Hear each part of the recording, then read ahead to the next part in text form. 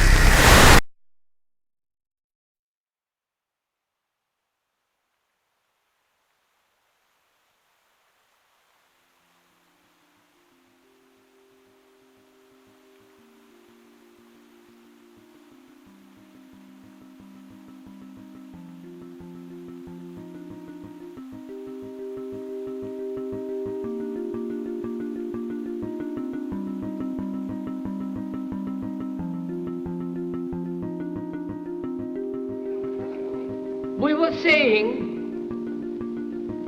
how very important it is to bring about in the human mind the radical revolution.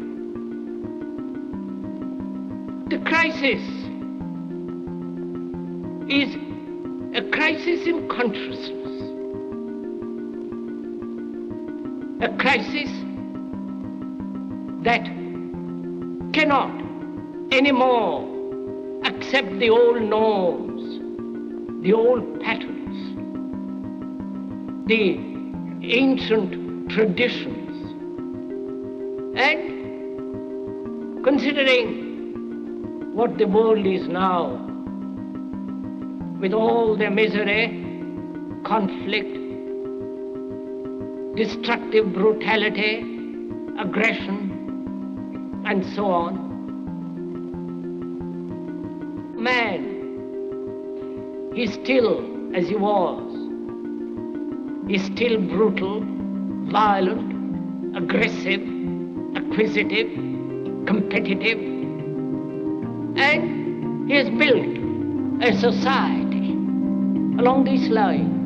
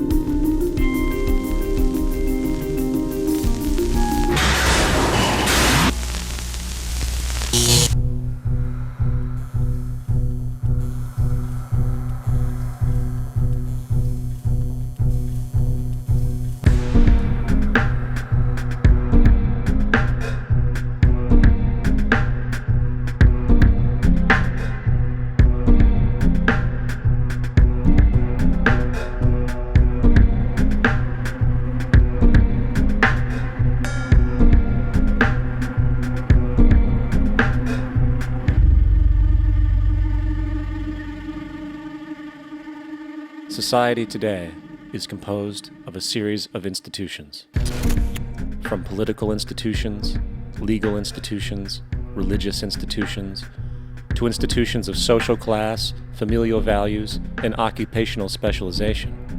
It is obvious the profound influence these traditionalized structures have in shaping our understandings and perspectives. Yet, of all the social institutions we are born into, directed by, and conditioned upon, there seems to be no system as taken for granted and misunderstood as the monetary system. Taking on nearly religious proportions, the established monetary institution exists as one of the most unquestioned forms of faith there is. How money is created, the policies by which it is governed, and how it truly affects society are unregistered interests of the great majority of the population.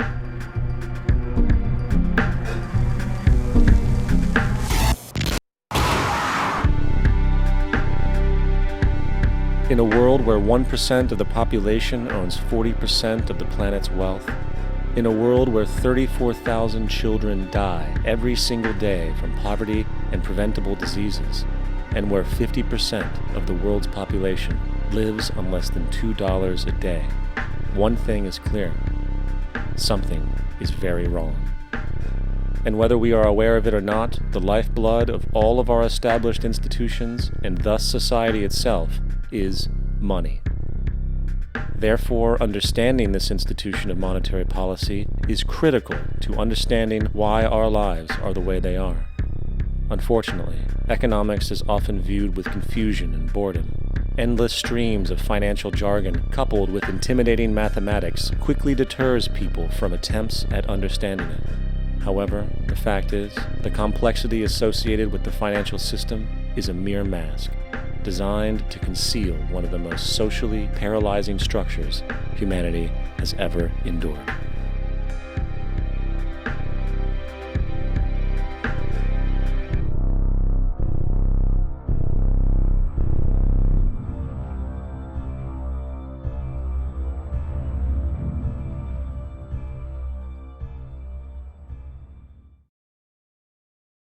A number of years ago, the Central Bank of the United States, the Federal Reserve, produced a document entitled Modern Money Mechanics. This publication detailed the institutionalized practice of money creation as utilized by the Federal Reserve and the web of global commercial banks it supports. On the opening page, the document states its objective. The purpose of this booklet is to describe the basic process of money creation in a fractional reserve banking system. It then proceeds to describe this fractional reserve process through various banking terminology, a translation of which goes something like this. The United States government decides it needs some money, so it calls up the Federal Reserve and requests, say, $10 billion. The Fed replies, saying, sure, we'll buy $10 billion in government bonds from you. So the government takes some pieces of paper, paints some official-looking designs on them, and calls them treasury bonds. Then it puts a value on these bonds to the sum of $10 billion and sends them over to the Fed. In turn, the people at the Fed draw up a bunch of impressive pieces of paper themselves, only this time calling them Federal Reserve notes, also designating a value of $10 billion to the set. The Fed then takes these notes and trades them for the bonds. Once this exchange is complete, the government then takes the $10 billion in Federal Reserve notes and deposits it into a bank account. And upon this deposit, the paper notes officially become legal tender money, adding $10 billion to the U.S. money supply. And there it is. $10 billion in new money has been created. Of course, this example is a generalization, for, in reality, this transaction would occur electronically, with no paper used at all. In fact, only 3% of the U.S. money supply exists in physical currency. The other 97% essentially exists in computers alone. Now, government bonds are, by design, instruments of debt, and when the Fed purchases these bonds, with money it essentially created out of thin air, the government is actually promising to pay back that money to the Fed. In other words, the money was created out of debt. This mind-numbing paradox of how money or value can be created out of debt or a liability will become more clear as we further this exercise. So, the exchange has been made and now $10 billion sits in a commercial bank account. Here's where it gets really interesting. For as based on the fractional reserve practice, that $10 billion deposit instantly becomes part of the bank's reserves, just as all deposits do. And regarding reserve requirements, as stated in modern money mechanics, a bank must maintain legally required reserves equal to a prescribed percentage of its deposits. It then quantifies this by stating, under current regulations, the reserve requirement against most transaction accounts is 10%. This means that with a $10 billion deposit, 10% or $1 billion is held as the required reserve, while the other $9 billion is considered an excessive reserve and can be used as the basis for new loans. Now, it is logical to assume that this $9 billion is literally coming out of the existing $10 billion deposit. However, this is actually not the case. What really happens is that the $9 billion is simply created out of thin air on top of the existing $10 billion deposit. This is how the money supply is expanded. As stated in modern money mechanics, of course they, the banks, do not really pay out loans from the money they receive as deposits. If they did this, no additional money would be created. What they do when they make loans is to accept promissory notes, loan contracts, in exchange for credits, money, to the borrower's transaction accounts. In other words, the $9 billion can be created out of nothing simply because there is a demand for such a loan and that there is a $10 billion deposit to satisfy the reserve requirements. Now, let's assume that somebody walks into this bank and borrows the newly available $9 billion. They will then most likely take that money and deposit it into their own bank account. The process then repeats, for that deposit becomes part of the bank's reserves. 10% is isolated, and in turn 90% of the $9 billion, or $8.1 billion, is now available as newly created money for more loans.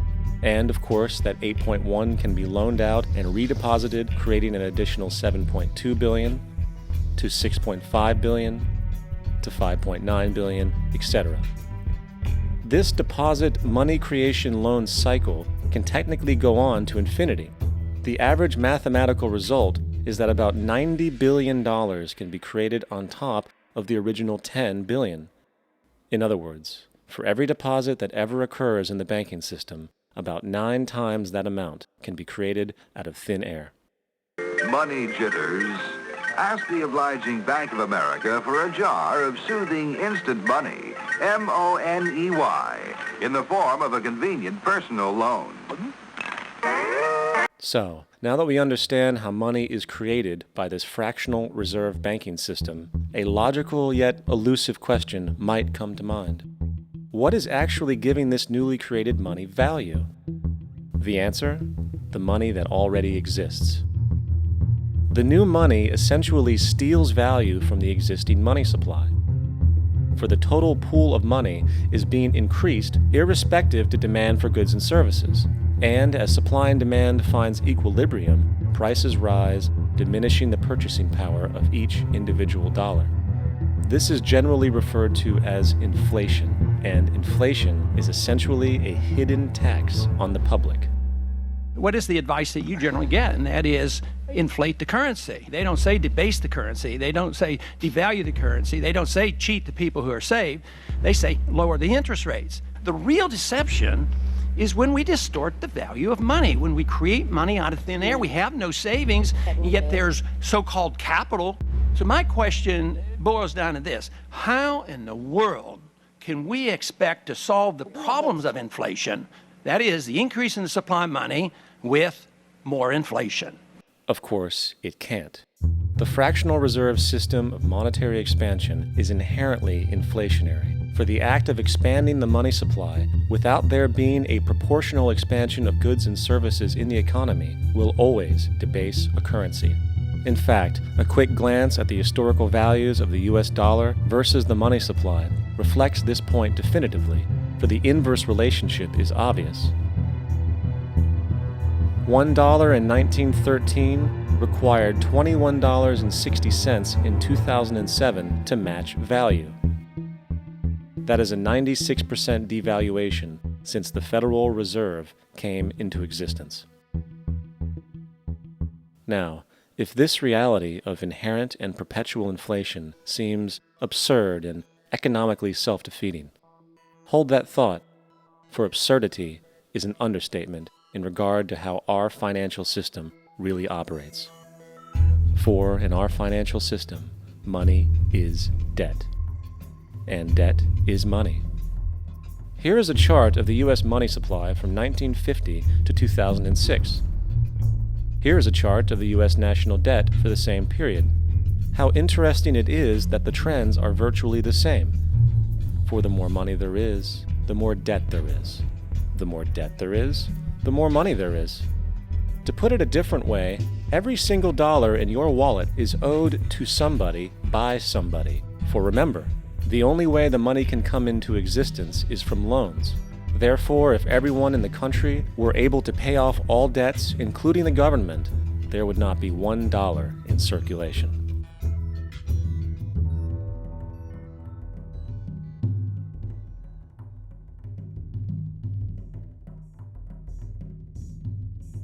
In fact, the last time in American history the national debt was completely paid off was in 1835 after President Andrew Jackson shut down the central bank that preceded the Federal Reserve. In fact, Jackson's entire political platform essentially revolved around his commitment to shut down the central bank, stating at one point, "The bold efforts the present bank has made to control the government are but premonitions of the fate that awaits the American people should they be deluded into a perpetuation of this institution or the establishment of another like it." Unfortunately, his message was short-lived, and the international bankers succeeded to install another central bank in 1913, the Federal Reserve. And as long as this institution exists, perpetual debt is guaranteed. Now, so far we have discussed the reality that money is created out of debt, through loans. These loans are based on a bank's reserves, and reserves are derived from deposits. And through this fractional reserve system, any one deposit can create 9 times its original value, in turn debasing the existing money supply, raising prices in society. And since all this money is created out of debt and circulated randomly through commerce, people become detached from their original debt, and a disequilibrium exists, where people are forced to compete for labor in order to pool enough money out of the money supply to cover their costs of living. As dysfunctional and backwards as all of this might seem, there is still one thing we have omitted from this equation. And it is this element of the structure which reveals the truly fraudulent nature of the system itself: the application of interest. When the government borrows money from the Fed, or when a person borrows money from a bank, it almost always has to be paid back with accrued interest. In other words, almost every single dollar that exists must be eventually returned to a bank with interest paid as well. But if all money is borrowed from the central bank and is expanded by commercial banks through loans, only what would be referred to as the principal is being created in the money supply. So then, where is the money to cover all of the interest that is charged? Nowhere. It doesn't exist. The ramifications of this are staggering, for the amount of money owed back to the banks will always exceed the amount of money that is available in circulation. This is why inflation is a constant in the economy, for new money is always needed to help cover the perpetual deficit built into the system, caused by the need to pay the interest. What this also means is that mathematically, defaults and bankruptcy are literally built into the system, and there will always be poor pockets of society that get the short end of the stick. An analogy would be a game of musical chairs, for once the music stops, somebody is left out to dry. And that's the point. It invariably transfers true wealth from the individual to the banks. For if you are unable to pay for your mortgage, they will take your property. This is particularly enraging when you realize that not only is such a default inevitable due to the fractional reserve practice, but also because of the fact that the money that the bank loaned to you didn't even legally exist in the first place. In 1969, there was a Minnesota court case involving a man named Jerome Daly, who was challenging the foreclosure of his home by the bank which provided the loan to purchase it. His argument was that the mortgage contract required both parties, being he and the bank, each put up a legitimate form of property for the exchange. In legal language, this is called consideration. Mr. Daly explained that the money was, in fact, not the property of the bank, for it was created out of nothing as soon as the loan agreement was signed. Remember what modern money mechanics stated about loans? What they do when they make loans is to accept promissory notes in exchange for credits. Reserves are unchanged by the loan transactions, but deposit credits constitute new additions to the total deposits of the banking system. In other words, the money doesn't come out of their existing assets. the bank is simply inventing it, putting up nothing of its own except for a theoretical liability on paper.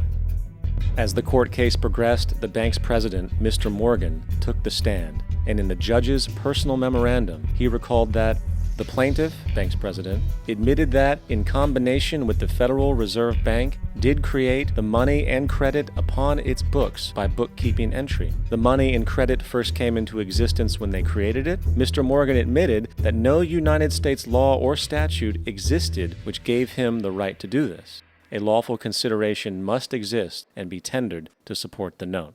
The jury found that there was no lawful consideration, and I agree.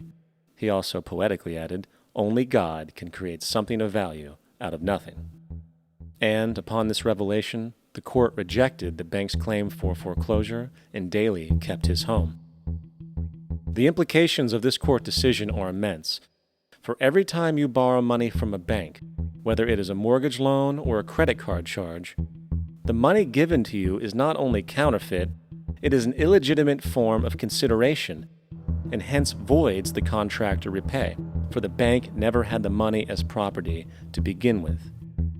Unfortunately, such legal realizations are suppressed and ignored, and the game of perpetual wealth transfer and perpetual debt continues. And this brings us to the ultimate question: why?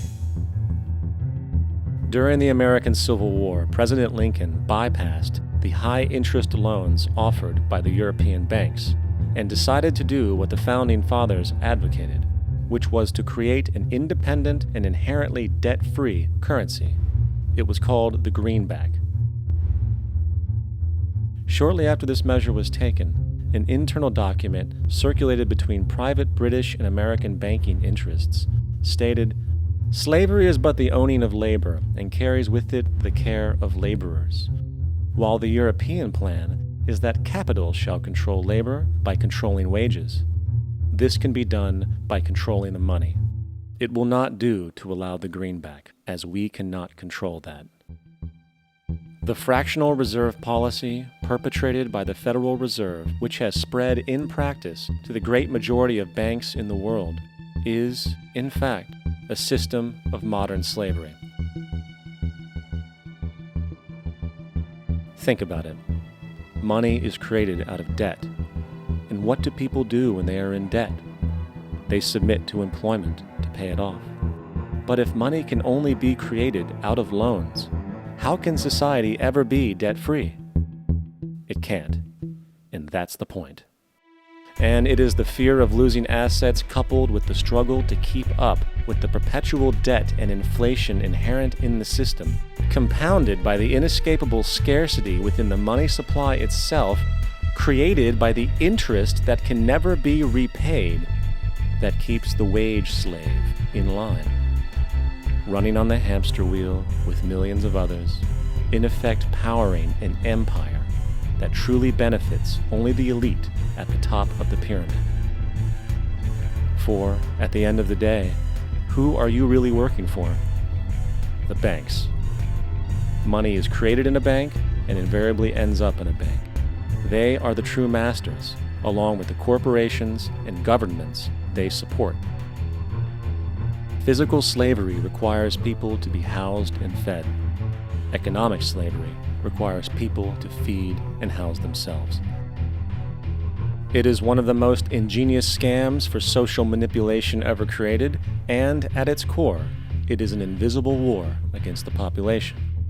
Debt is the weapon used to conquer and enslave societies, and interest is its prime ammunition.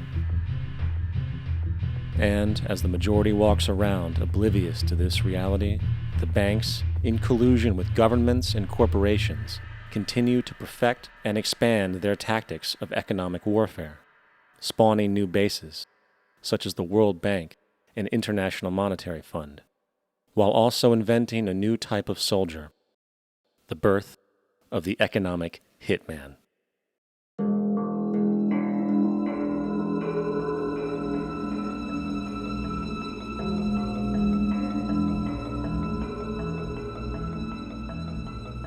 We economic hitmen really have been the ones responsible for creating this first truly global empire. And we work many different ways.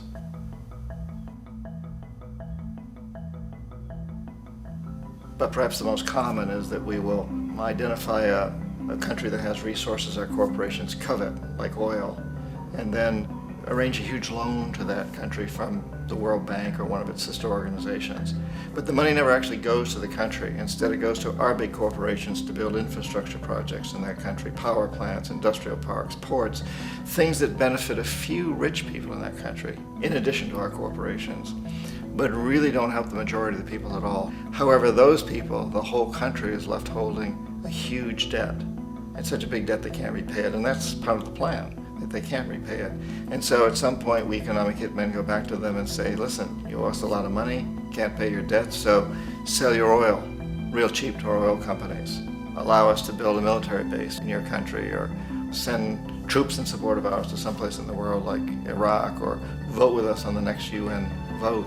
To have their electric utility company privatized and their water and sewage system privatized and sold to U.S. corporations or other multinational corporations. So there was that whole mushrooming thing, and it's so typical of the way the IMF and the World Bank work, that you put a country in debt, it's such a big debt it can't pay it, and then you offer to refinance that debt and pay even more interest.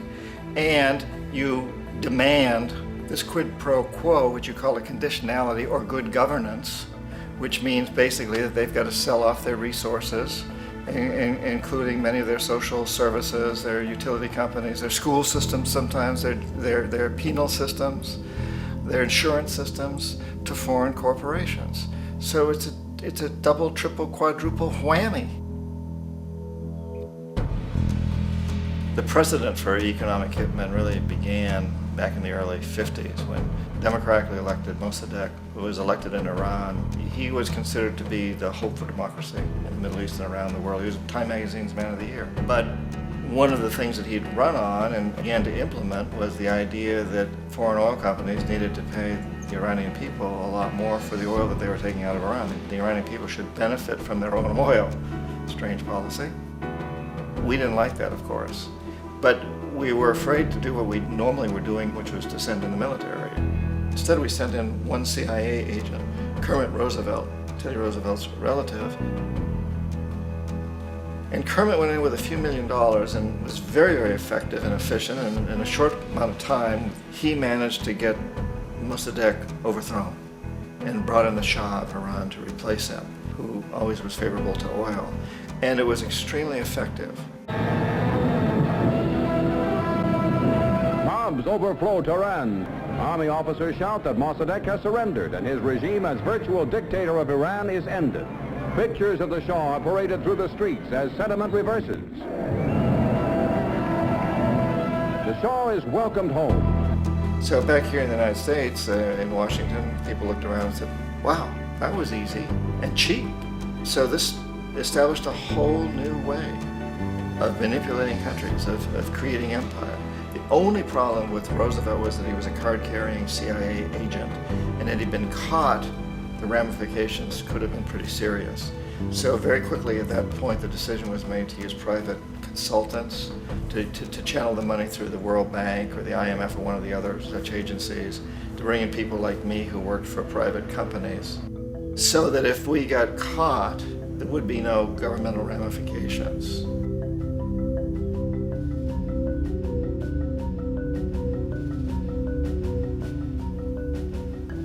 When Arbenz became president of Guatemala, the country was very much under the thumbs of United Fruit Company, the big international corporations. And Arbenz ran on this ticket that says, you know, we want to get the land back to the people. And once he took power, he was implementing policies that would do exactly that, give land rights back to the people. United Fruit didn't like that very much. And so they hired a public relations firm, launched a huge campaign in the United States to convince the United States people, the citizens of the United States, and the press of the United States, and the Congress of the United States, that Arbenz was a Soviet puppet, and that if we allowed him to stay in power, the Soviets would have a foothold in this hemisphere. And that at that point in time was a huge fear on everybody's mind, the Red Terror, the Communist Terror. And so, to make a long story short, out of this public relations campaign came a commitment on the part of the CIA and the military to take this man out.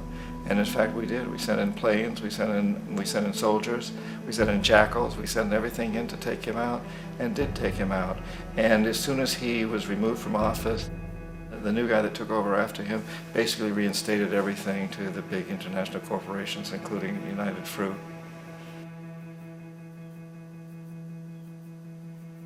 Ecuador for many, many years had been ruled by pro-US dictators, often relatively brutal. Then it was decided that they were going to have a truly democratic election. Jaime Roldos ran for office, and his main goal, he said, as president would be to make sure that Ecuador's resources were used to help the people.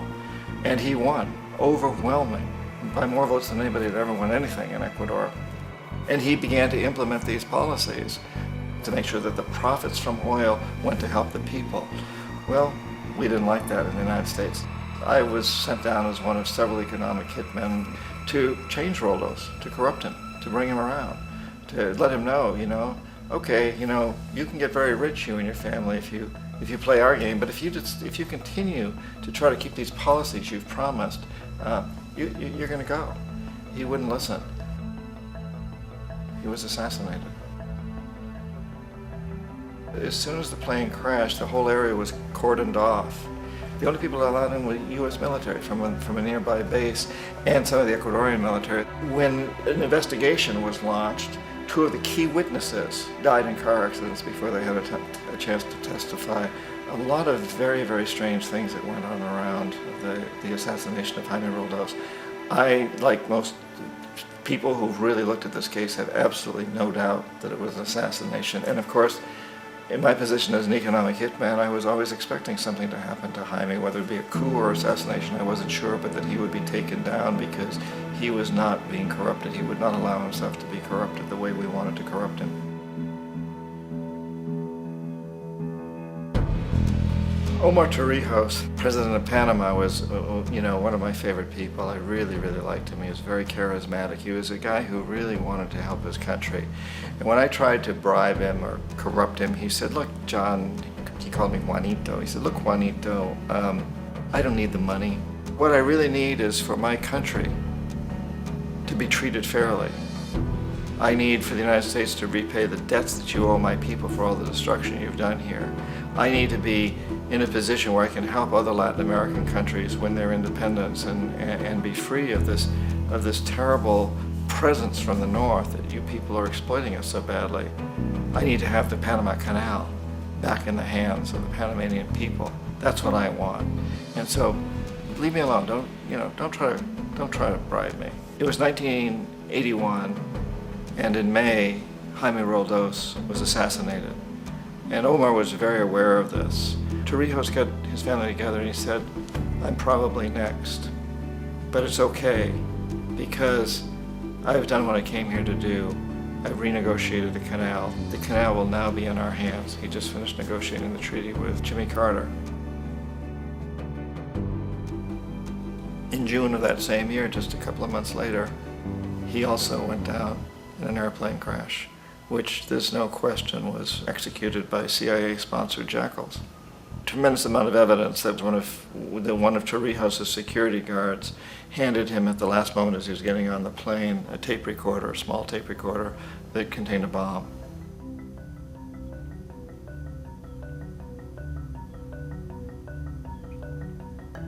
It is interesting to me how this system has continued pretty much the same way for years and years and years, except the economic hitmen have got better and better and better. Then we come up with, very recently, what happened in Venezuela. In 1998, Hugo Chavez gets elected president, following a long line of presidents who had been very corrupt and basically destroyed the economy of the country. And Chavez was elected amidst all that. Chavez stood up to the United States, and he's done it primarily demanding that Venezuelan oil be used to help the Venezuelan people. Well, we didn't like that in the United States. So in 2002, a coup was staged, which there's no question in my mind, and most other people's minds, that the CIA was behind that coup.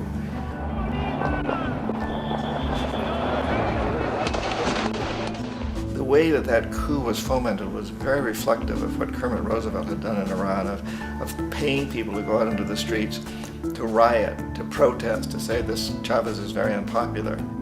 You know, if you can get a few thousand people to do that in television, can make it look like it's the whole country, and things start to mushroom. Except in the case of Chavez, he was smart enough, and the people were so strongly behind him that they overcame it, which was a phenomenal moment in the history of Latin America.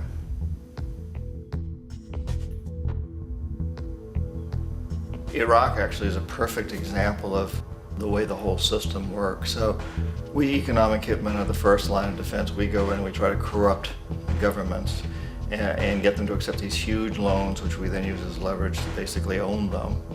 If we fail, as I failed in Panama with Omar Torrijos and in Ecuador with Jaime Roldos, men who refused to be corrupted, then the second line of defense is we send in the jackals. And the jackals either overthrow governments or they assassinate. And once that happens and a new government comes in, and boy, it's going to toe the line because the new president knows what will happen if he doesn't. In the case of Iraq, both of those things failed. Economic hitmen were not able to get through to Saddam Hussein. We tried very hard. We tried to get him to accept a deal very similar to what the House of Saud had accepted in Saudi Arabia, but he wouldn't accept it. And so the jackals went in to take him out. They couldn't do it. His security was very good. After all, he had one time worked for the CIA. He'd been hired to assassinate a former president of Iraq and failed, but he knew the system. So in '91, we send in the troops and we take out the Iraqi military. So we assume at that point that Saddam Hussein is going to come around. We could have taken him out, of course, at that time, but we didn't want to. He's the kind of strong man we like. He controls his people. We thought he could control the Kurds and keep the Iranians in their border and keep pumping oil for us. And that once we took out his military, now he's going to come around. So the economic hitmen go back in the 90s without success. If they'd had success, he'd still be running the country. We'd be selling him all the fighter jets he wants and everything else he wants. But they couldn't, they didn't have success. The jackals couldn't take him out again, so we sent the military in once again, and this time we did the complete job and took him out, and in the process created for ourselves some very, very lucrative construction deals. We had to reconstruct a country that we'd essentially destroyed, which is a pretty good deal if you own construction companies, big ones. So, you know, Iraq shows the three stages. The economic hitmen failed there, the jackals failed there, and as a final measure, the military goes in. And in that way, we've really created an empire, but we've done it very, very subtly. It's clandestine. All the empires of the past were built on the military, and everybody knew they were building them. So the British knew they were building them, the French, the Germans, the Romans, the Greeks. And they were proud of it, and they always had some excuse like spreading civilization, spreading some religion, something like that. But they knew they were doing it. We don't. The majority of the people in the United States have no idea that we're living off the benefits of a clandestine empire, that today there's more slavery in the world than ever before. And then you have to ask yourself, well, if it's an empire, then who's the emperor? Obviously, our presidents of the United States are not emperors. An emperor is someone who's not elected, doesn't serve a limited term, and doesn't report to anyone, essentially. So you can't classify our presidents that way. But we do have what I consider to be the equivalent of the emperor, and it's what I call the corporatocracy. The corporatocracy is this group of individuals who run our biggest corporations, and they really act as the emperor of this empire. They control our media, either through direct ownership or advertising. They control most of our politicians because they finance their campaigns, either through their corporations or through personal contributions that come out of the corporations. They're not elected, they don't serve a limited term, they don't report to anybody. And at the very top of the corporatocracy, you really can't tell whether a person's working for a private corporation or the government because they're always moving back and forth. So, you know, you've got a guy who one moment is the president of a big construction company like Halliburton, and the next moment he's vice president of the United States, or the president who is in the oil business. And this is true whether you've got Democrats or Republicans in the office. You have them moving back and forth through the revolving door. And in a way, Our government is invisible a lot of the time, and its policies are carried out by our corporations on one level or another. And then again, the policies of the government are basically forged by the corporatocracy and then presented to the government. They become government policy. So it's an incredibly cozy relationship.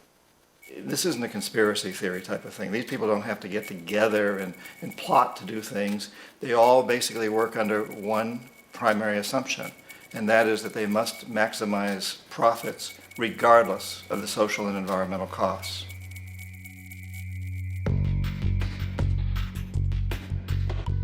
This process of manipulation by the corporatocracy through the use of debt, bribery, and political overthrow is called globalization. Just as the Federal Reserve keeps the American public in a position of indentured servitude through perpetual debt, inflation, and interest, the World Bank and IMF serve this role on a global scale. The basic scam is simple. Put a country in debt either by its own indiscretion or through corrupting the leader of that country, then impose conditionalities or structural adjustment policies, often consisting of the following. Currency devaluation. When the value of a currency drops, so does everything valued in it. This makes indigenous resources available to predator countries at a fraction of their worth. Large funding cuts for social programs. These usually include education and healthcare, compromising the well-being and integrity of the society, leaving the public vulnerable to exploitation. Privatization of state-owned enterprises.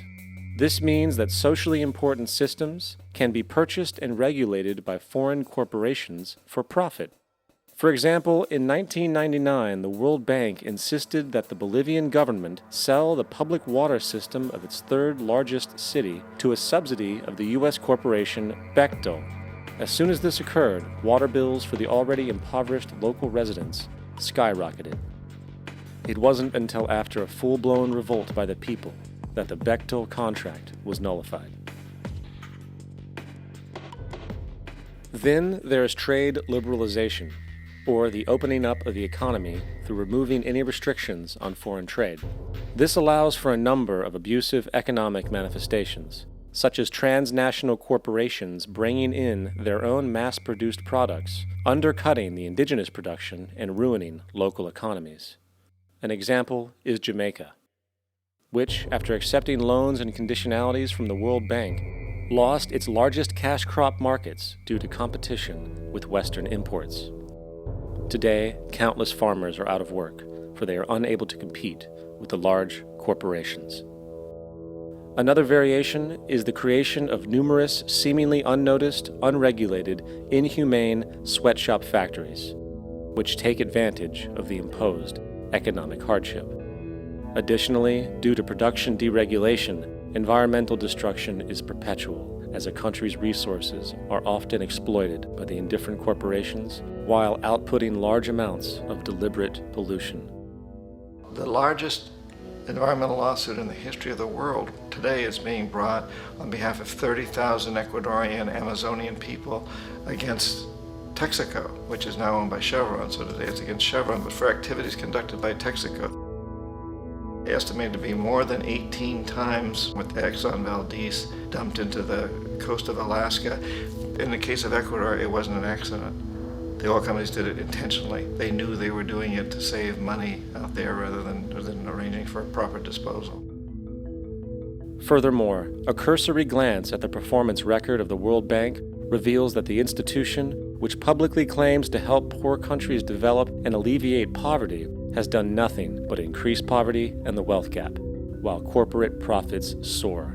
In 1960, the income gap between the fifth of the world's people in the richest countries versus the fifth in the poorest countries was 30 to 1. By 1998, it was 74 to 1. While global GNP rose 40% between 1970 and 1985, those in poverty actually increased by 17%.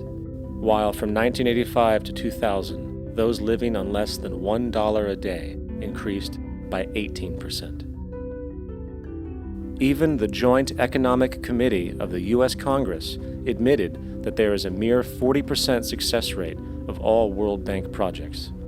In the late 1960s, the World Bank intervened in Ecuador with large loans. During the next 30 years, poverty grew from 50% to 70%. Under- or unemployment grew from 15 to 70%. Public debt increased from 240 million to 16 billion, while the share of resources allocated to the poor went from 20% to 6%. In fact, by the year 2000, 50% of Ecuador's national budget had to be allocated for paying its debts. It is important to understand the World Bank is, in fact, a U.S. bank, supporting U.S. interests. For the United States holds veto power over decisions, as it is the largest provider of capital. And where did it get this money? You guessed it, it made it out of thin air through the fractional reserve banking system. Of the world's top 100 economies, as based on annual GDP, 51 are corporations, and 47 of that 51 are U.S.-based. Walmart, General Motors, and Exxon are more economically powerful than Saudi Arabia, Poland, Norway, South Africa, Finland, Indonesia, and many others. And, as protective trade barriers are broken down, currencies tossed together and manipulated in floating markets, and state economies overturned in favor of open competition and global capitalism, the empire expands. You get up on your little 21-inch screen and howl about America and democracy. There is no America. There is no democracy. There is only IBM and ITT and AT&T and DuPont, Dow, Union Carbide, and Exxon. Those are the nations of the world today. What do you think the Russians talk about in their councils of state? Karl Marx? They get out their linear programming charts, statistical decision theories, Minimax solutions, and compute the price-cost probabilities of their transactions and investments, just like we do. We no longer live in a world of nations and ideologies, Mr. Beale. The world is a college of corporations, inexorably determined by the immutable bylaws of business. The world is a business, Mr. Beale.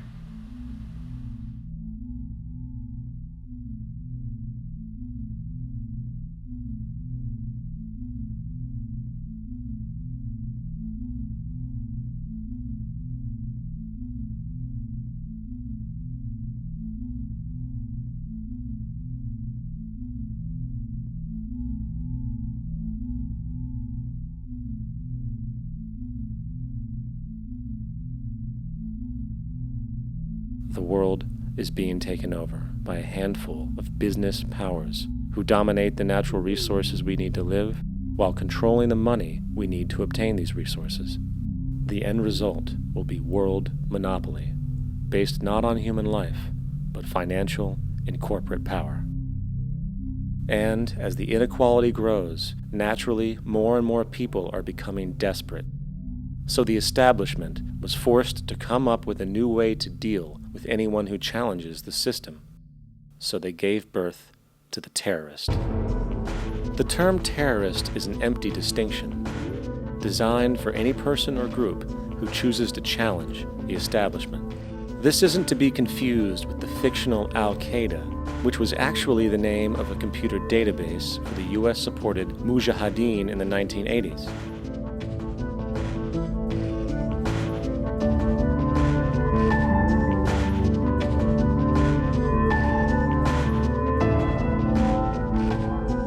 In 2007, the Department of Defense received $161.8 billion for the so-called global war on terrorism. According to the National Counterterrorism Center, in 2004, roughly 2,000 people were killed internationally due to supposed terrorist acts. Of that number, 70 were American. Using this number as a general average, which is extremely generous, it is interesting to note that twice as many people die from peanut allergies a year than from terrorist acts. Concurrently, the leading cause of death in America is coronary heart disease, killing roughly 450,000 each year. And in 2007, the government's allocation of funds for research on this issue was about $3 billion. This means that the U.S. government in 2007 spent 54 times the amount for preventing terrorism than it spent for preventing a disease which kills 6,600 times more people annually than terrorism does. Yet, as the name terrorism and Al-Qaeda are arbitrarily stamped on every news report relating to any action taken against U.S. interests, the myth grows wider. In mid-2008, the U.S. Attorney General actually proposed that the U.S. Congress officially declare war against the fantasy. Not to mention, as of July 2008, there are now over 1 million people currently on the U.S. terrorist watch list. These so-called counterterrorism measures, of course, have nothing to do with social protection, and everything to do with preserving the establishment amongst the growing anti-American sentiment both domestically and internationally, which is legitimately founded on the greed-based corporate empire expansion that is exploiting the world. The true terrorists of our world do not meet at the docks at midnight or scream Allah Akbar before some violent action. The true terrorists of our world wear $5,000 suits and work in the highest positions of finance, government, and business. So, what do? How do we stop a system of greed and corruption that has so much power and momentum? How do we stop this aberrant group behavior which feels no compassion for, say, the millions slaughtered in Iraq and Afghanistan, so the corporatocracy can control energy resources and opium production for Wall Street profit?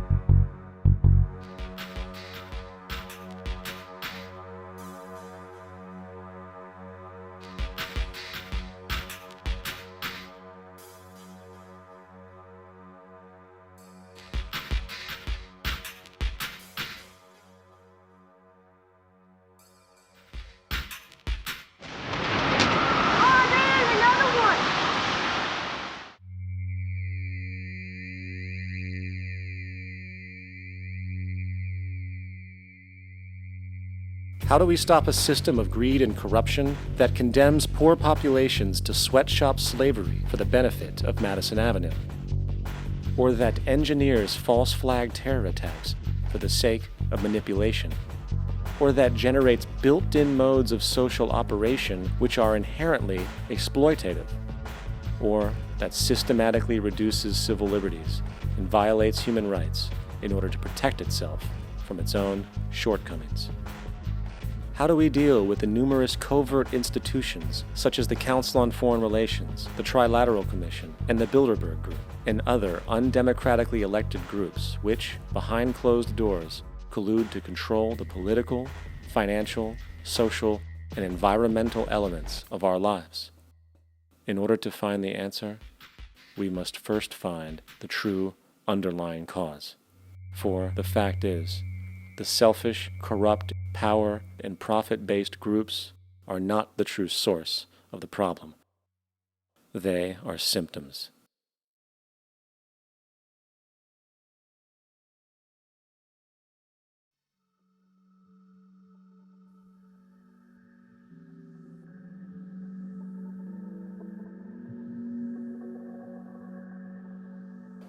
My name is Jock Fresco.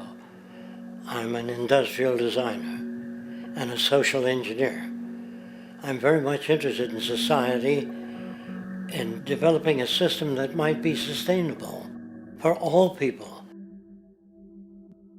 First of all, the word corruption is a monetary invention.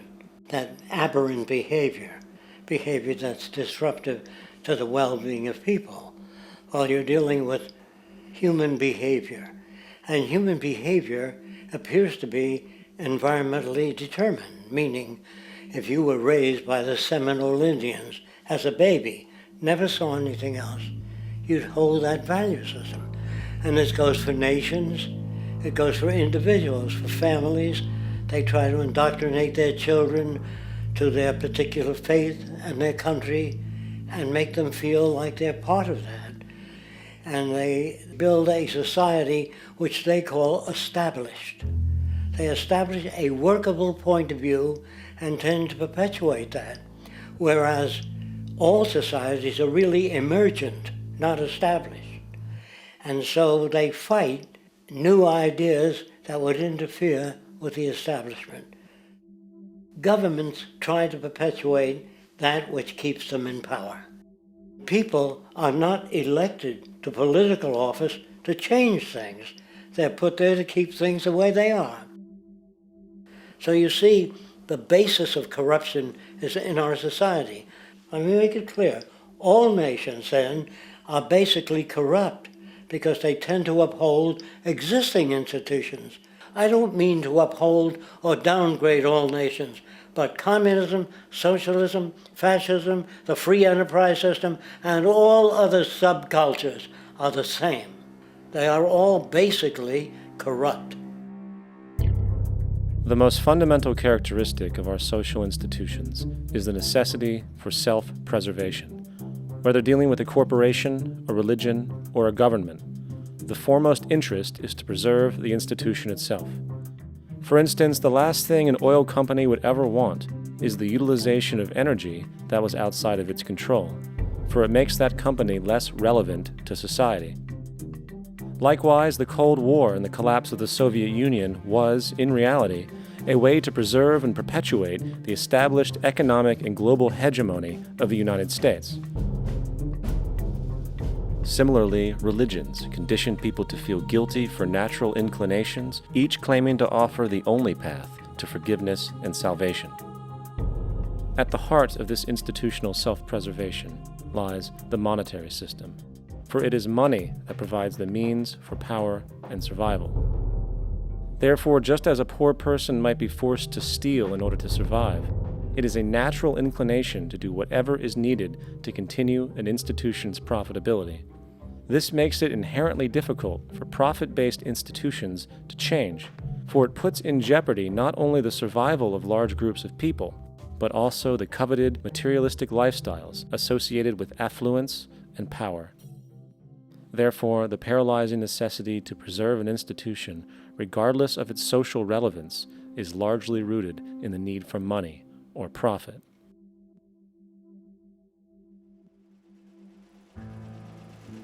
What's in it for me is why people think. And so if a man makes money selling a certain product, naturally he's going to fight the existence of another product that may threaten his institution. Therefore, people cannot be fair, and people do not trust each other. A guy will come over to you and say, I got just the house you're looking for. He's a salesman. When a doctor says, I think your kidney has to come out, I don't know if he's trying to pay off a yacht or whether my kidney has to come out. It's hard in a monetary system to trust people. If you came into my store and I said, this lamp that I've got is pretty good, but the lamp next door is much better, I wouldn't be in business very long. It wouldn't work. If I were ethical, it wouldn't work. So when you say industry cares for people, that's not true. They can't afford to be ethical. So your system is not designed to serve the well-being of people. If you still don't understand that, there would be no outsourcing of jobs if they cared about people. Industry does not care. They only hire people because it hasn't been automated yet. So don't talk about decency and ethics. We cannot afford it and remain in business. It is important to point out that regardless of the social system, whether fascist, socialist, capitalist, or communist, the underlying mechanism is still money, labor, and competition. Communist China is no less capitalistic than the United States, The only difference is the degree by which the state intervenes in enterprise. The reality is that monetaryism, so to speak, is the true mechanism that guides the interests of all the countries on the planet. The most aggressive and hence dominant variation of this monetaryism is the free enterprise system. The fundamental perspective, as put forth by early free market economists like Adam Smith, is that self-interest in competition leads to social prosperity, as the act of competition creates incentive, which motivates people to persevere. However, what isn't talked about is how a competition-based economy invariably leads to strategic corruption, power and wealth consolidation, social stratification, technological paralysis, labor abuse, and, ultimately, a covert form of government dictatorship by the rich elite. The word corruption is often defined as moral perversion. If a company dumps toxic waste into the ocean to save money, most people recognize this as corrupt behavior. On a more subtle level, when Walmart moves into a small town and forces small businesses to shut down for they are unable to compete, a gray area emerges. For what exactly is Walmart doing wrong? Why should they care about mom-and-pop organizations they destroy? Yet, even more subtly, when a person gets fired from their job because a new machine has been created which can do the work for less money, people tend to just accept that as the way it is, not seeing the inherent, corrupt inhumanity of such an action. Because the fact is, whether it is dumping toxic waste, having a monopoly enterprise, or downsizing the workforce, the motive is the same: profit. They are all different degrees of the same self-preserving mechanism, which always puts the well-being of people second to monetary gain. Therefore, corruption is not some byproduct of monetaryism. It is the very foundation. And while most people acknowledge this tendency on one level or another, the majority remains naive as to the broad ramifications of having such a selfish mechanism as the guiding mentality in society.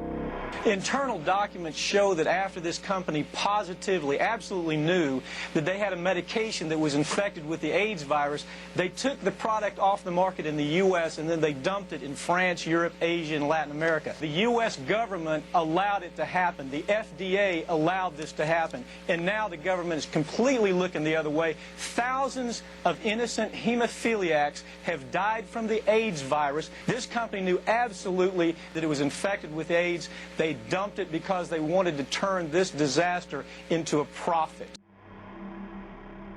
So you see, you have built-in corruption.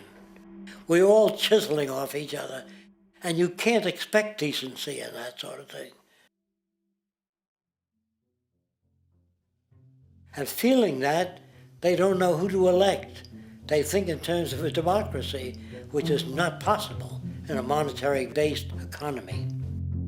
If you have more money to advertise your position, the position you desire in government, that isn't a democracy.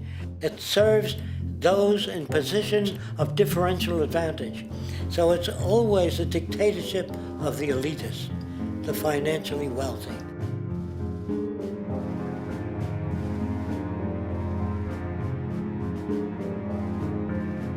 It is an interesting observation to note how seemingly unknown personalities magically appear on the scene as presidential candidates. Then, before you know it, somehow you are left to choose from a small group of extremely wealthy people who suspiciously have the same broad social view. Obviously, it's a joke. The people placed on the ballot are done so because they have been pre-decided to be acceptable by the established financial powers who actually run the show.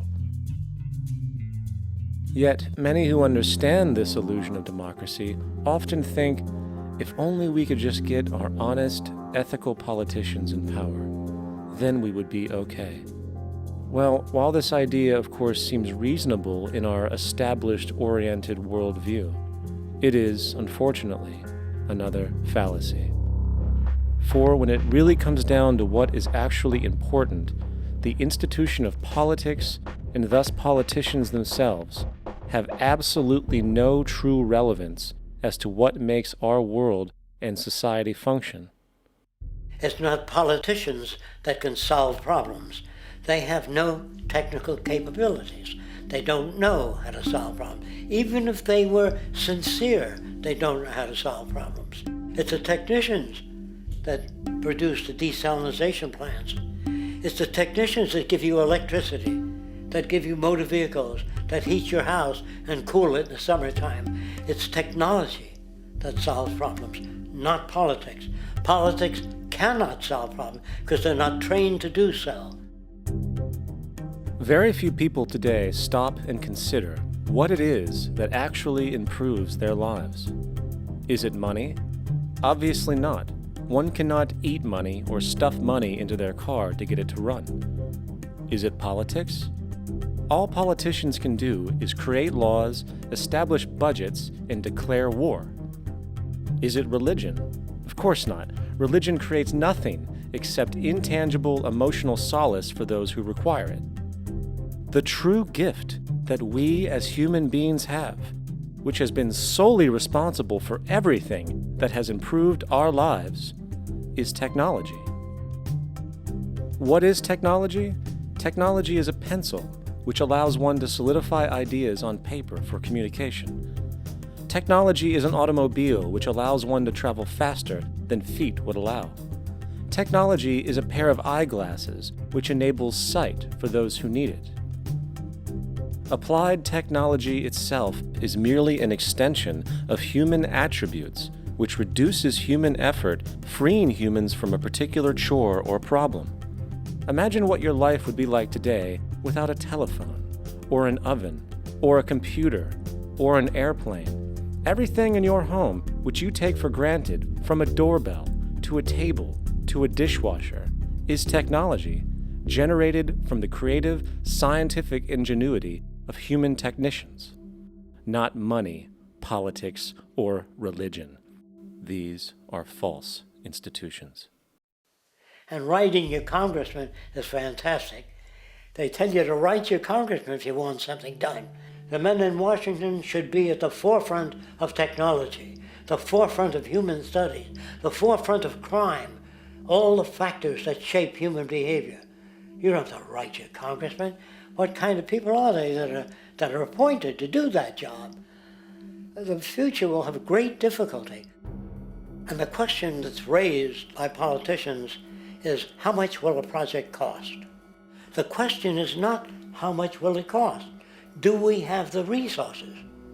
And we have the resources today to house everyone, build hospitals all over the world, build schools all over the world, the finest equipment and labs for teaching and doing medical research. So you see, we have all that, but we're in a monetary system. And in a monetary system, there's profit. And what is the fundamental mechanism that drives the profit system besides self-interest? What is it exactly that maintains that competitive edge at its core? Is it high efficiency and sustainability? No, that isn't part of their design. Nothing produced in our profit-based society is even remotely sustainable or efficient. If it was, there wouldn't be a multi-million-dollar-a-year service industry for automobiles, nor would the average lifespan for most electronics be less than 3 months before they're obsolete. Is it abundance? Absolutely not. Abundance, as based on the laws of supply and demand, is actually a negative thing. If a diamond company finds 10 times the usual amount of diamonds during their mining, it means the supply of diamonds has increased, which means the cost and profit per diamond drops. The fact is, efficiency, sustainability, and abundance are enemies of profit. To put it into a word, it is the mechanism of scarcity that increases profits. What is scarcity? Based on keeping products valuable. Slowing up production on oil raises the price. Maintaining scarcity of diamonds keeps the price high. They burn diamonds at the Kimberley diamond mines. They're made of carbon. That keeps the price up. So then, what does it mean for society when scarcity, either produced naturally or through manipulation, is a beneficial condition for industry. It means that sustainability and abundance will never ever occur in a profit system, for it simply goes against the very nature of the structure. Therefore, it is impossible to have a world without war or poverty. It is impossible to continually advance technology to its most efficient and productive states. And, most dramatically, it is impossible to expect human beings to behave in truly ethical or decent ways.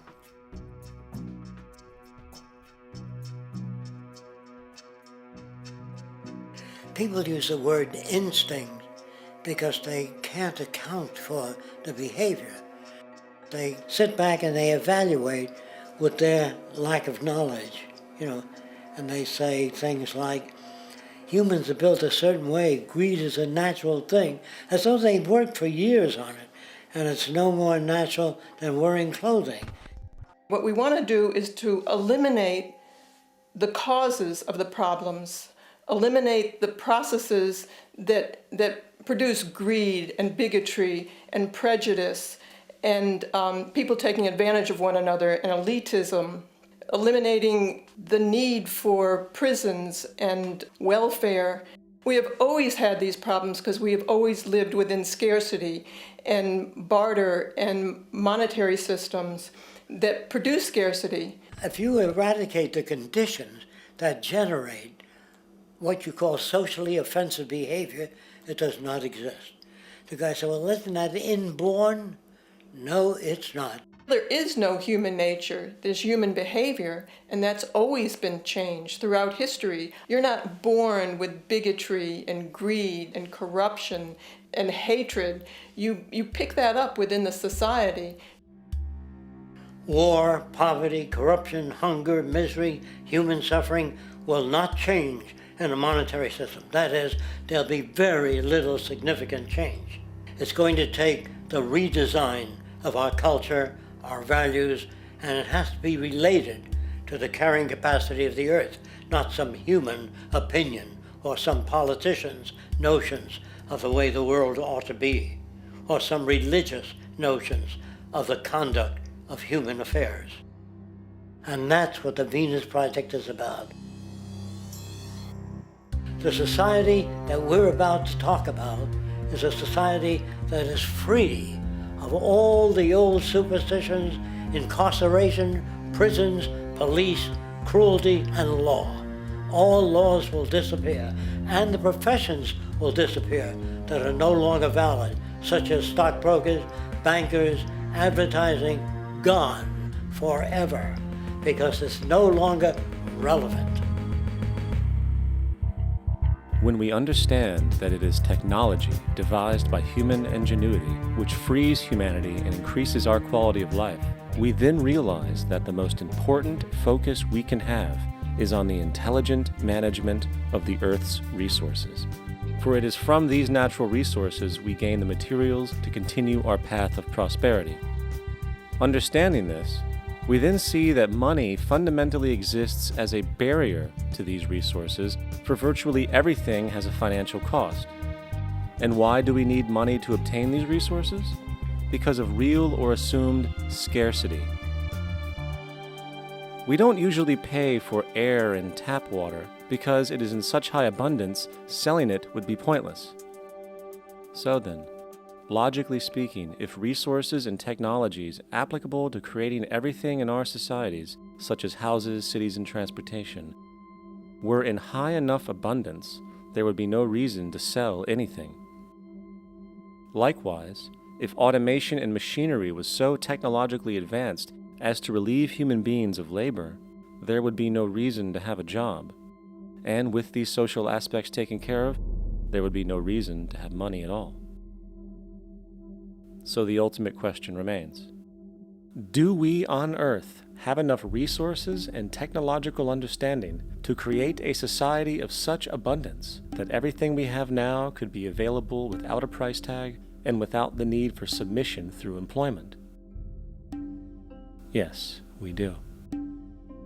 We have the resources and technology to enable this at a minimum, along with the ability to raise the standard of living so high that people in the future will look back at our civilization now and gawk at how primitive and immature our society was. What the Venus Project proposes is an entirely different system that's updated to present-day knowledge. We've never given scientists the problem of how do you design a society which would eliminate boring and monotonous jobs, that would eliminate accidents in transportation, that would enable people to have a high standard of living, that would eliminate poisons in our food, that would give us other sources of energy that are clean and efficient. We can do that out there.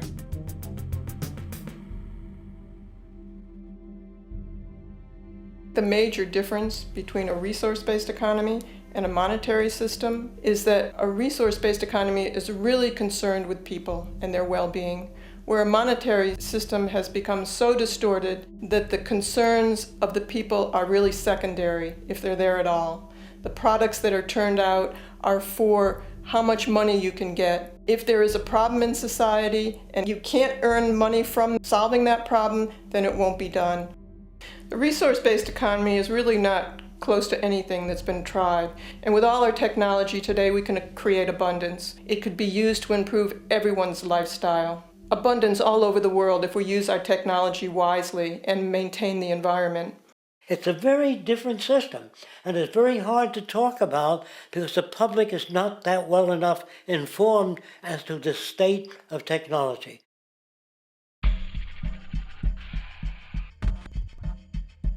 At present, we don't have to burn fossil fuels. We don't have to use anything that would contaminate the environment. There are many sources of energy available. Alternative energy solutions pushed by the establishment, such as hydrogen, biomass, and even nuclear, are highly insufficient, dangerous, and exist only to perpetuate the profit structure that industry has created. When we look beyond the propaganda and self-serving solutions put forth by the energy companies, we find a seemingly endless stream of clean, abundant, and renewable energy for generating power. Solar and wind energy are well known to the public, but the true potential of these mediums remains unexpressed. Solar energy, derived from the sun, has such abundance that 1 hour of light at high noon contains more energy than what the entire world consumes in a year. If we could capture 0.01% of this energy, the world would never have to use oil, gas, or anything else. The question then is not availability, but the technology to harness it. And there are many advanced mediums today which could accomplish just that, if they were not hindered by the need to compete for market share with the established energy power structures. Then there's wind energy. Wind energy has long been denounced as weak, and due to being location-driven, impractical. This is simply not true. The U.S. Department of Energy admitted in 2007 that if wind was fully harvested in just 3 of America's 50 states, it could power the entire nation. And then there are the rather unknown mediums of tidal and wave power. Tidal power is derived from tidal shifts in the ocean. Installing turbines which capture this movement generates energy. In the United Kingdom, 42 sites are currently noted as available, forecasting that 34% of all the UK's energy could come from tidal power alone. Wave power, which extracts energy from the surface motions of the ocean, is estimated to have a global potential of up to 80,000 terawatt-hours a year. This means 50% of the entire planet's energy usage could be produced from this medium alone. Now, it is important to point out that tidal, wave, solar, and wind power requires virtually no preliminary energy to harness, unlike coal, oil, gas, biomass, hydrogen, and all the others.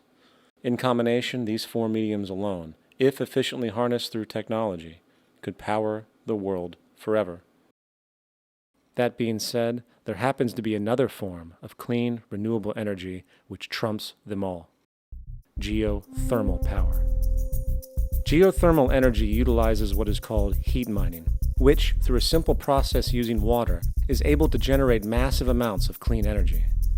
In 2006, an MIT report on geothermal energy found that 13,000 zettajoules of power are currently available in the Earth, with the possibility of 2,000 zettajoules being easily tappable with improved technology. The total energy consumption of all the countries on the planet is about half of a zettajoule a year. This means about 4,000 years of planetary power could be harnessed in this medium alone. And when we understand that the Earth's heat generation is constantly renewed, this energy is really limitless and could be used forever. These energy sources are only a few of the clean, renewable mediums available, and as time goes on, we will find more. The grand realization is that we have total energy abundance without the need for pollution, traditional conservation, or in fact, a price tag. And what about transportation? The prevailing means of transportation in our societies is by automobile and aircraft, both of which predominantly need fossil fuels to run. In the case of the automobile, the battery technology needed to power an electric car that can go over 100 miles an hour for over 200 miles on one charge exists, and has existed for many years. However, due to battery patents controlled by the oil industry, which limits their availability to maintain market share, coupled with political pressure from the energy industry, the accessibility and affordability of this technology is limited. There is absolutely no reason other than pure, corrupt profit interest that every single vehicle in the world cannot be electric and utterly clean, with zero need for gasoline. As far as airplanes, it is time we realize that this means of travel is inefficient, cumbersome, slow, and causes far too much pollution. This is a maglev train. It uses magnets for propulsion. It is fully suspended by a magnetic field and requires less than 2% of the energy used for plane travel. The train has no wheels, so nothing can wear out. The current maximum speed of versions of this technology, as used in Japan, is 361 miles per hour. However, this version of the technology is very dated. An organization called ET3, which has connections with the Venus Project, has established a tube-based maglev that can travel up to 4,000 miles per hour in a motionless, frictionless tube, which can go over land or underwater. Imagine going from LA to New York for an extended lunch break, or from Washington, D.C. to Beijing, China in 2 hours. This is the future of continental and intercontinental travel, fast, clean, with only a fraction of the energy usage we use today for the same means. In fact, between maglev technology, advanced battery storage, and geothermal energy, there would be no reason to ever burn fossil fuels again. And we can do this now if we were not held back by the paralyzing profit structure. Now, America is inclined toward fascism. It has a propensity by its dominant philosophy and religion to uphold the fascist point of view. American industry is essentially a fascist institution. If you don't understand that, the minute you punch that time clock, you walk into a dictatorship. We're given notions about the respectability of work, and I really look at it as being paid slavery. They're brought up to believe that you shall earn your living by the sweat of your brow. That holds people back, freeing people from drudgery, repetitive jobs which make them ignorant. You rob them. In our society, that is a resource-based economy, machines free people. You see, we can't imagine that because we've never known that kind of world. If we look back at history, we see a very clear pattern of machine automation slowly replacing human labor. From the disappearance of the elevator man to the near full automation of an automobile production plant, the fact is, as technology grows, the need for humans in the workforce will continually be diminished. This creates a serious clash, which proves the falseness of the monetary-based labor system. For human employment is in direct competition with technological development. Therefore, given the fundamental priority of profit by industry, People, through time, will be continually laid off and replaced by machine. When industry takes on a machine, instead of shortening the workday, they downsize. You lose your job.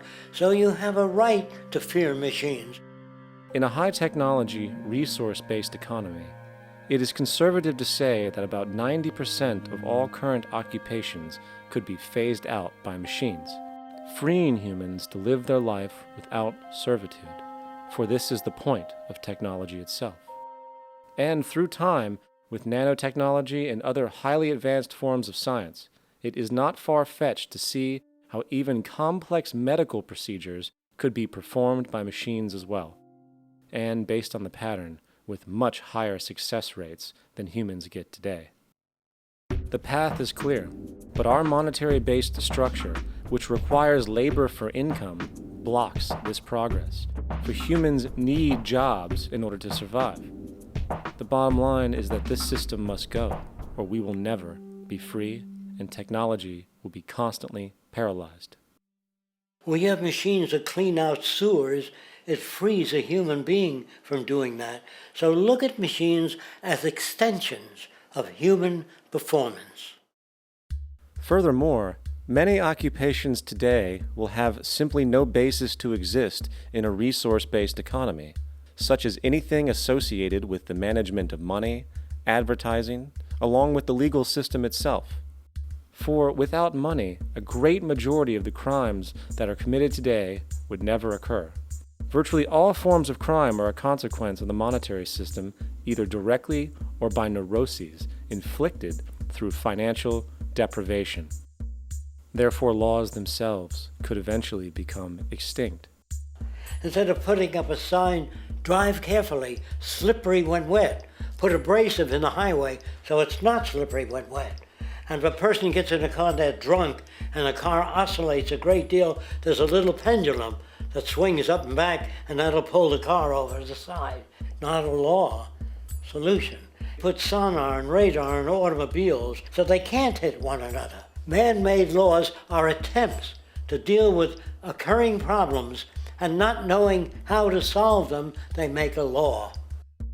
In the United States, the most privatized, capitalist country on the planet, it should come as no surprise that it also has the largest prison population in the world, growing every year.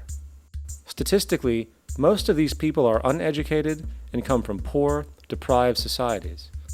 And, contrary to propaganda, it is this environmental conditioning which lures them into criminal and violent behavior. However, society looks the other way in regard to this point. The legal and prison systems are just more examples of how our society avoids examining the root causes of behavior. Billions are spent each year on prisons and police, while only a fraction is spent on programs for poverty, which is one of the most fundamental variables responsible for crime to begin with. And as long as we have an economic system which prefers and in fact creates scarcity and deprivation, crime will never go away.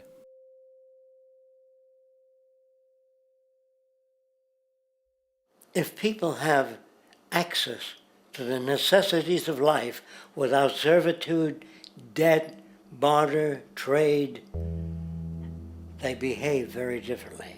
You want all these things available without a price tag. Now then, you gotta have a price tag. Well, what'll motivate people? Man gets everything he wants, he just lay around in the sun. This is the myth they perpetuate. People in our culture are trained to believe that the monetary system produces incentive. If they have access to things, why should they want to do anything? They will lose their incentive. That's what you're taught to support the monetary system. When you take money out of the scenario, there would be different incentives, very different incentives. When people have access to the necessities of life, their incentives change. What about the moon and the stars? New incentives arise. If you make a painting that you will enjoy giving it to other people, not selling it.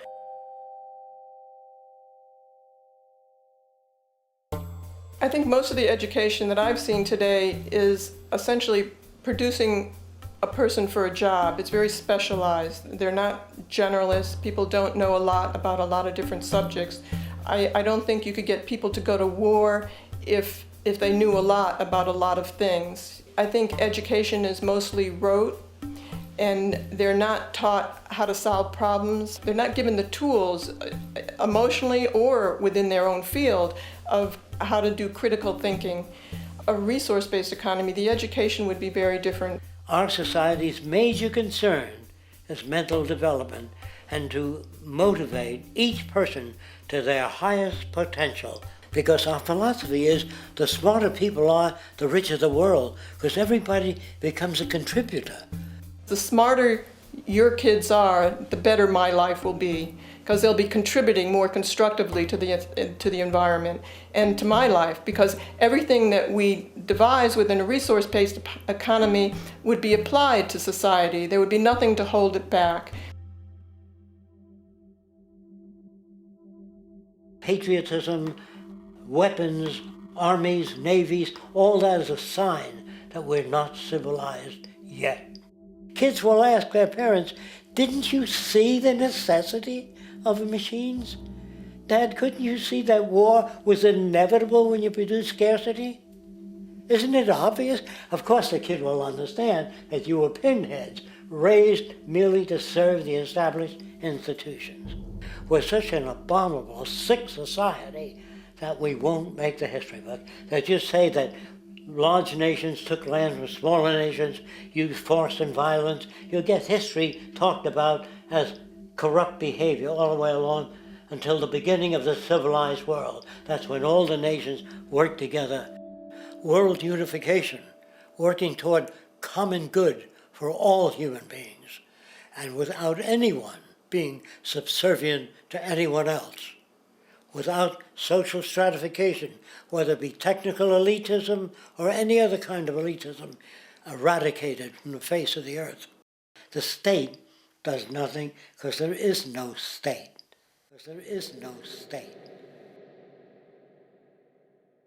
The system I advocate, a resource-based global economy, is not perfect.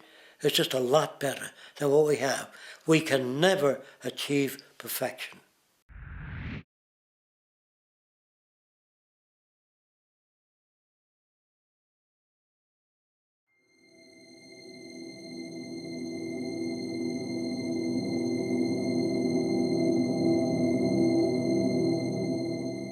The social values of our society, which has manifested in perpetual warfare, corruption, oppressive laws, social stratification, irrelevant superstitions, environmental destruction, and a despotic, socially indifferent, profit-oriented ruling class, is fundamentally the result of a collective ignorance of two of the most basic insights humans can have about reality: the emergent and symbiotic aspects of natural law. The emergent nature of reality is that all systems, whether it is knowledge, society, technology, philosophy, or any other creation, will, when uninhibited, undergo fluid, perpetual change. What we consider commonplace today, such as modern communication and transportation, would have been unimaginable in ancient times. Likewise, the future will contain technologies, realizations, and social structures that we cannot even fathom in the present. We have gone from alchemy to chemistry, from a geocentric universe to a heliocentric, from believing that demons were the cause of illness to modern medicine. This development shows no sign of ending, and it is this awareness that aligns us and leads us on a continuous path to growth and progress. Static, empirical knowledge does not exist. Rather, it is the insight of the emergence of all systems we must recognize. This means we must be open to new information at all times, even if it threatens our current belief system and hence identities. Sadly, society today has failed to recognize this, and the established institutions continue to paralyze growth by preserving outdated social structures. Simultaneously, the population suffers from a fear of change, for their conditioning assumes a static identity, and challenging one's belief system usually results in insult and apprehension, for being wrong is erroneously associated with failure, when, in fact, to be proven wrong should be celebrated, for it is elevating someone to a new level of understanding, furthering awareness. The fact is, there is no such thing as a smart human being, for it is merely a matter of time before their ideas are updated, changed, or eradicated. And this tendency to blindly hold on to a belief system, sheltering it from new, possibly transforming information, is nothing less than a form of intellectual materialism. The monetary system perpetuates this materialism not only by its self-preserving structures, but also through the countless number of people who have been conditioned into blindly and thoughtlessly upholding these structures, therefore becoming self-appointed guardians of the status quo. Sheep, which no longer need a sheepdog to control them, for they control each other by ostracizing those who step out of the norm. This tendency to resist change and uphold existing institutions for the sake of identity, comfort, power, and profit is completely unsustainable and will only produce further imbalance, fragmentation, distortion, and invariably, destruction. It's time to change. From hunters and gatherers to the agricultural revolution to the industrial revolution, the pattern is clear. It is time for a new social system which reflects the understandings we have today. The monetary system is a product of a period of time where scarcity was a reality. Now, with the age of technology, it is no longer relevant to society. Gone with the aberrant behavior it manifests. Likewise, dominant worldviews, such as theistic religion, operate with the same social irrelevancy. Islam, Christianity, Judaism, Hinduism, and all of the others exist as barriers to personal and social growth, for each group perpetuates a closed worldview, and this finite understanding that they acknowledge is simply not possible in an emergent universe. Yet, religion has succeeded in shutting down the awareness of this emergence by instilling the psychological distortion of faith upon its followers, where logic and new information is rejected in favor of traditionalized, outdated beliefs. The concept of God is really a method of accounting for the nature of things. In the early days, people didn't know enough about how things formed, how nature worked, so they invented their own little stories. And they made God in their own image. A guy that gets angry. When people don't behave right, he creates floods and earthquakes. They say it's an act of God. A cursory glance at the suppressed history of religion reveals that even the foundational myths themselves are emergent culminations, developed through influence over time. For example, a cardinal doctrine of the Christian faith is the death and resurrection of Christ. This notion is so important that the Bible itself states, "And if Christ be not risen, then is our preaching vain, and your faith is also vain." Yet it is very difficult to take this account literally, for not only is there no primary source denoting this supernatural event in secular history, awareness of the enormous number of pre-Christian saviors who also died and were resurrected immediately puts the story in mythological territory by association. Early church figures such as Tertullian went to great lengths to break these associations, even claiming that the devil caused the similarities to occur, stating in the 2nd century, "The devil, whose business is to pervert the truth, mimics the exact circumstance of the divine sacraments. He baptizes his believers and promises forgiveness of sins. He celebrates the oblation of bread and brings in the symbol of the resurrection. Let us therefore acknowledge the craftiness of the devil, who copied certain things of those that be divine." What is truly sad, however, is that when we cease the idea that the stories from Christianity, Judaism, Islam, and all the others are literal history, and accept them for what they really are, which are purely allegorical expressions derived from many faiths, we see that all religions share a common thread, and it is this unifying imperative that needs to be recognized and appreciated. Religious belief has caused more fragmentation and conflict than any other ideology. Christianity alone has 34,000 different subgroups. The Bible is subject to interpretation. When you read it, you say, I think Jesus meant this. I think Job meant that. Oh no, he meant this. So you have the Lutheran, the Seventh-day Adventist, the Catholic, and a church divided is no church at all. And a church divided is no church at all. And this point on division, which is a trademark of all theistic religions, brings us to our second failure of awareness, the false assumption of separation through the rejection of the symbiotic relationship of life. Apart from the understanding that all natural systems are emergent, where all notions of reality will be constantly developed, altered, and even eradicated, we must also understand that all systems are, in fact, invented fragments, merely for the sake of conversation. For there is no such thing as independence in nature. The whole of nature is a unified system of interdependent variables, each a cause and a reaction, existing only as a concentrated whole. You don't see the plug connected to the environment, so it looks like we're free, wandering around. Take the oxygen away, we all die immediately. Take plant life away, we die. And without the sun, all the plants die. So we are connected. We really must take into account the totality. This isn't just a human experience on this planet. This is a total experience. And we know we can't survive without plants and animals. We know we can't survive without the four elements, you know? And so when are we going to really start taking that into account? That's what it is to be successful. Success depends on how well we relate to everything around us.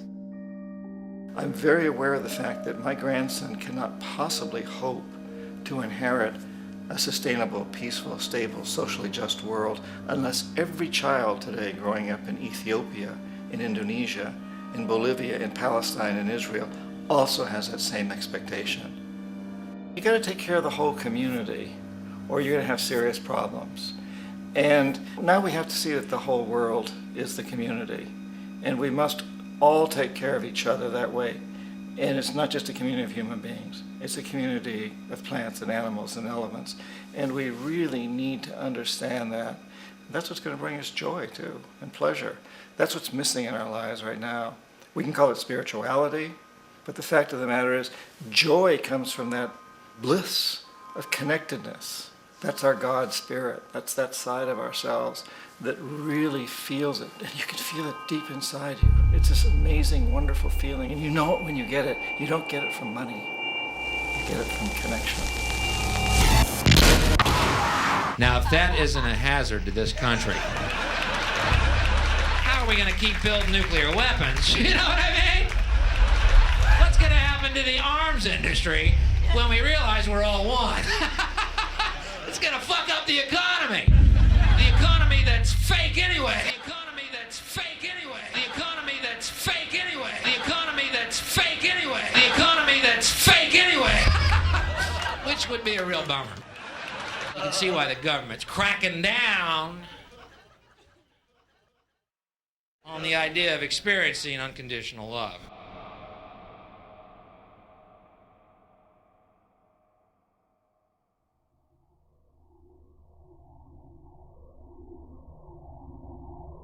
Once we understand that the integrity of our personal existences are completely dependent on the integrity of everything else in our world, we have truly understood the meaning of unconditional love. For love is extensionality, and seeing everything as you and you as everything can have no conditionalities. For, in fact, we are all everything at once. If it's true that we're all from the center of a star, every atom in each of us from the center of a star, then we're all the same thing. Even a Coke machine or a cigarette butt in the street in Buffalo is made out of atoms that came from a star. They've all been recycled thousands of times, as have you and I. And therefore, it's only me out there. So what is there to be afraid of? What is there that needs solace seeking? Nothing. There's nothing to be afraid of because it's all us. The trouble is we have been separated by being born and given a name and an identity and being individuated. We've been separated from the oneness, and that's what religion exploits, that people have this yearning to be part of the overall one again. So they exploit that. They call it God. They say he has rules. And I think it's cruel. I think you can do it absent religion.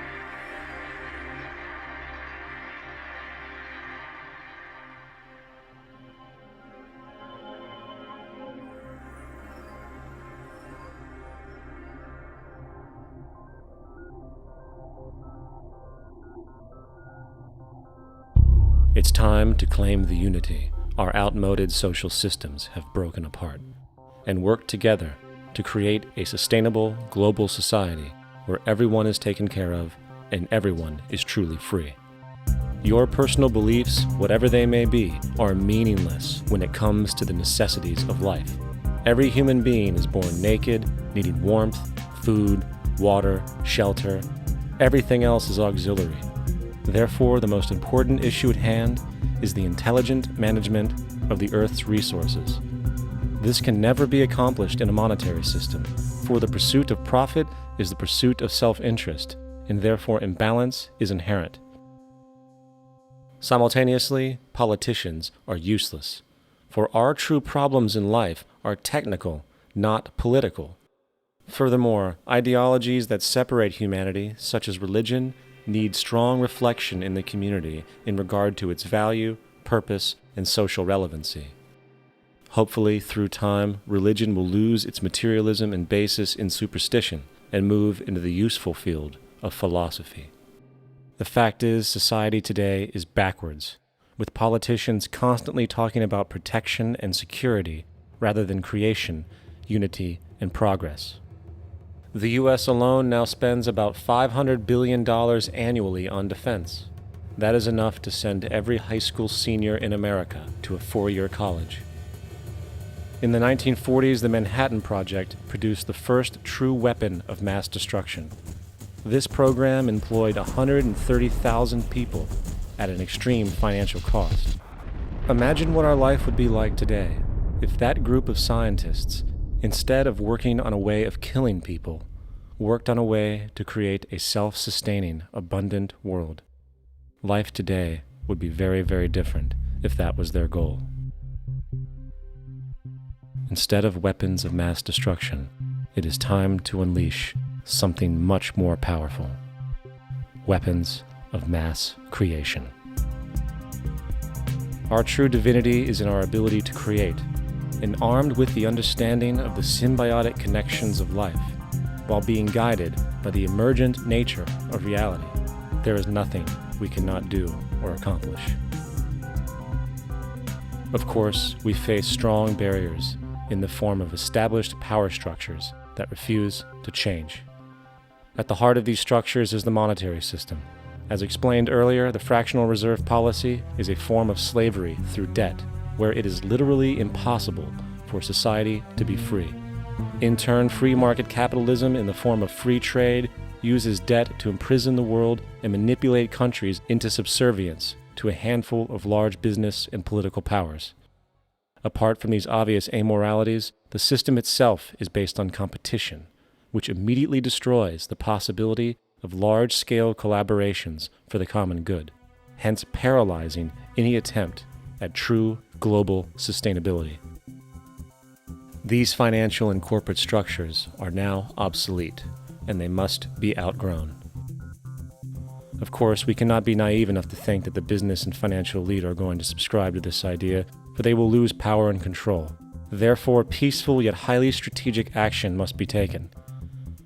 The most powerful course of action is simple. We have to alter our behavior to to force the power structure to the will of the people. We must stop supporting the system. The only way the establishment will change is by our refusal to participate, while continuously acknowledging its endless flaws and corruptions. They're not going to give up the monetary system because of our designs of what we recommend. The system has to fail, and people have to lose confidence in their elected leaders. That will be a major turning point if the Venus Project is offered as a possible alternative. If not, I fear the consequences. The trends now indicate that our country is going bankrupt. The probability is our country will move toward a military dictatorship to prevent riots and complete social breakdown. Once the U.S. breaks down, all the other cultures will undergo similar things. As of now, the world financial system is on the brink of collapse due to its own shortcomings. The Comptroller of Currency stated in 2003 that the interest on the U.S. national debt will not be affordable in less than 10 years. This theoretically means total bankruptcy for the U.S. economy, and its implications for the world are immense. In turn, the fractional reserve-based monetary system is reaching its theoretical limits of expansion, and the banking failures you are seeing are just the beginning. This is why inflation is skyrocketing, all debt is at record levels, and the government and Fed are hemorrhaging new money to bail out the corrupt system. For the only way to keep the banks going is by making more money. The only way to make more money is to create more debt and inflation. It is simply a matter of time before the tables turn and there is no one willing to take new loans, while defaults grow, as people are unable to afford their current loans.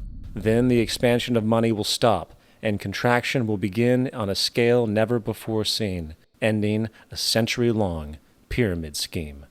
This has already begun. Therefore, we need to expose this financial failure for what it is, using this weakness to our advantage. Here are some suggestions. Expose the banking fraud. Citibank, JP Morgan Chase, and Bank of America are the most powerful controllers within the corrupt Federal Reserve System. It's time to boycott these institutions. If you have a bank account or a credit card with any of them, move your money to another bank. If you have a mortgage, refinance with another bank. If you own their stock, sell it. If you work for them, quit. This gesture will express contempt for the true powers behind the private banking cartel known as the Federal Reserve, and create awareness about the fraud of the banking system itself. 2. Turn off the TV news. Visit the emerging independent news agencies on the internet for your information. CNN, NBC, ABC, Fox, and all the others present all news pre-filtered to maintain the status quo. With 4 corporations owning all major media outlets, objective information is impossible. This is the true beauty of the internet, and the establishment has been losing control because of this free flow of information. We must protect the internet at all times, as it is truly our savior right now. 3. Don't ever allow yourself, your family, or anyone you know to ever join the military.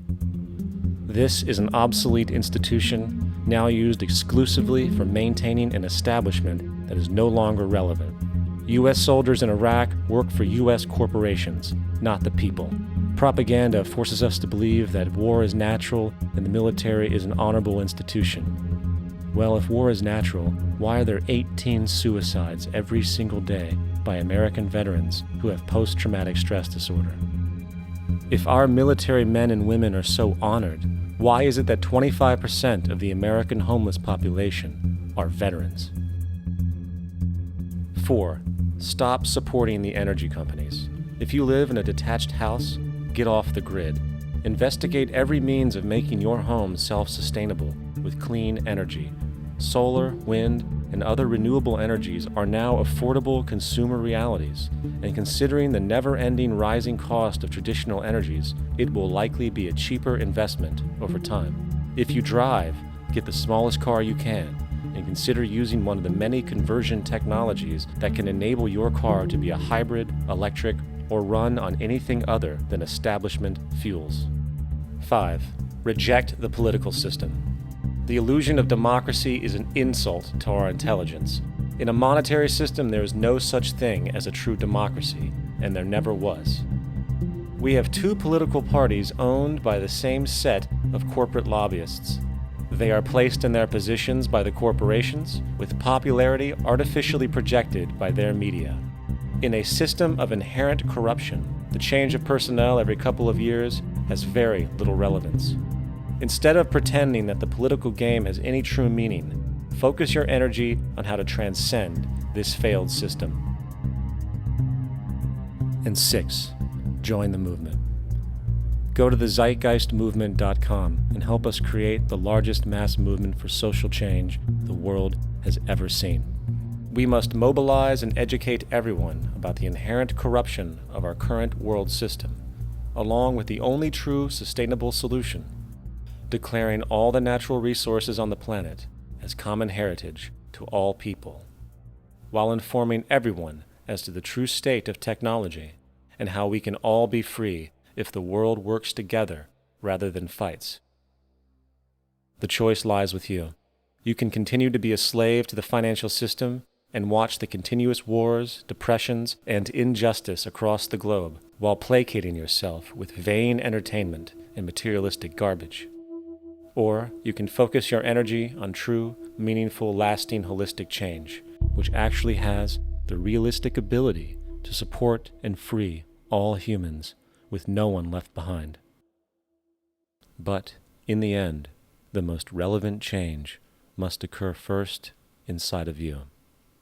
The real revolution is the revolution of consciousness, and each one of us first needs to eliminate the divisionary, materialistic noise we have been conditioned to think is true, while discovering, amplifying, and aligning with the signal coming from our true empirical oneness.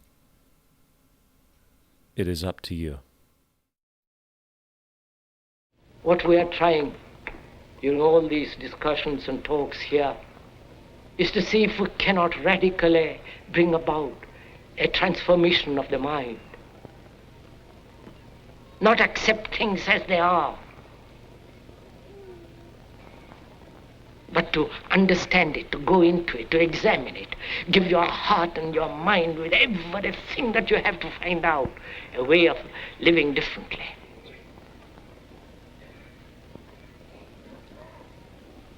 But that depends on you and not somebody else. Because in this there is no teacher, no pupil, there is no leader, there is no guru, there is no master, no savior. You yourself are the teacher and the pupil, you are the master, you are the guru, you are the leader. You are everything. And